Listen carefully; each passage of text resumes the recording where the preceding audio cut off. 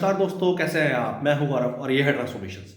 Recently times of India ने, जो कि एक नेशनल इंग्लिश न्यूज़पेपर है ही, उन्होंने दिल्ली के जो हॉस्पिटल्स हैं, सरकारी हॉस्पिटल, उनके ऊपर प्रॉपर रिसर्च सर्वे किया और ऐसा पाया कि दिल्ली के सरकारी हॉस्पिटल में सिर्फ 3 ही ऐसे हॉस्पिटल हैं जिसके अंदर एमआरआई की एक तरीके से फैसिलिटी अवेलेबल है, एमआरआई मशीन अवेलेबल और वो वर्किंग कंडीशन में है।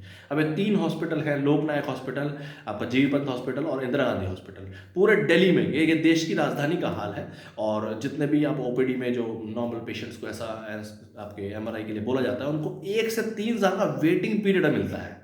अब बताइए, ऐसी कंडीशन सिचुएशन में डेफिनेटली उनको प्राइवेट जाके जो आपकी लेबोरेटरीज होती हैं, जिन पे भी इस तरह की फैसिलिटीज़ हैं, उन पे ही जाके इलाज कराना पड़ता है और अपना पैसा ही लगाना पड़ता है। हेल्थ केयर जो कि एक तरीके से राज्य का पार्ट है और ये हर राज्य की जिम्मेदारी है कि उनके जितने भी नागरिक हैं, उनके जितने भी सिटीजन हैं, उन सबको जो हेल्थ केयर की फैसिलिटी और फ्री ऑफ कॉस्ट मिले।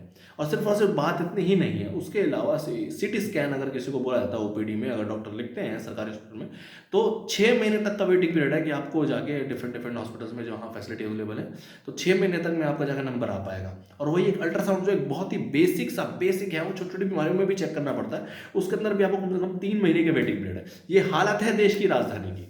जैसा हम बोलते ही हैं जस्टिस के अंदर कि justice delayed is justice denied, उस तरीके से health care delayed is health care denied. अभी ओवरऑल कंडीशन सिचुएशन है देश की राजधानी की, तो सोचिए राज्यों के स्तर पे इस तरीके की कैसी कंडीशन सिचुएशन होगी। मतलब वो यूपी हो, बिहार हो, झारखंड हो, गुजरात हो, मध्य प्रदेश हो। इवन मैं खुद फरीदाबाद का रेजिडेंट हूँ और मैं खुद इस तरह की कंडीशन सिचुएशन जानता हूँ। और मैं जानता हूँ जो फरीदाबाद का सरकारी हॉस्पिटल है या बल्लभगढ़ का जो सरकारी हॉस्पिटल है, उनमें किस तरीके की फैसिलिटीज़ है। अगर शाम को अगर ओपीडी बंद हो जाए 2 बजे के बाद, और शाम को अगर आपको पेडियाट्रिक वार्ड में जाना हो, तो आपको डॉक्टर भी नहीं मिलेगा। इवन कि बच्चों को अगर कोई ऐसे इमरजेंसी है, कुछ है, तो वो डायरेक्टली अगर आप वहाँ पे फरीदाबाद हॉस्पिटल में जाते हैं तो सफदरजंग के लिए रेफर कर देंगे।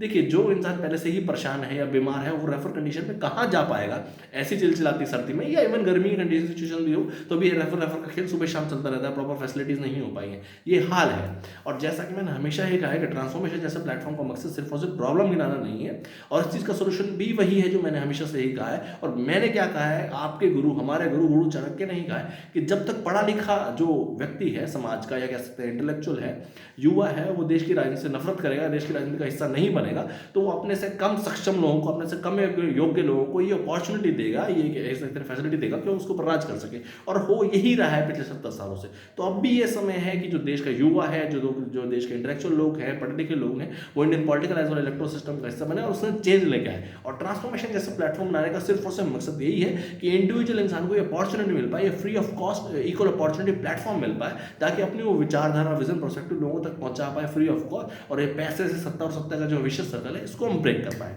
जुड़िए इस मिशन के साथ। जय हिंद, जय भारत।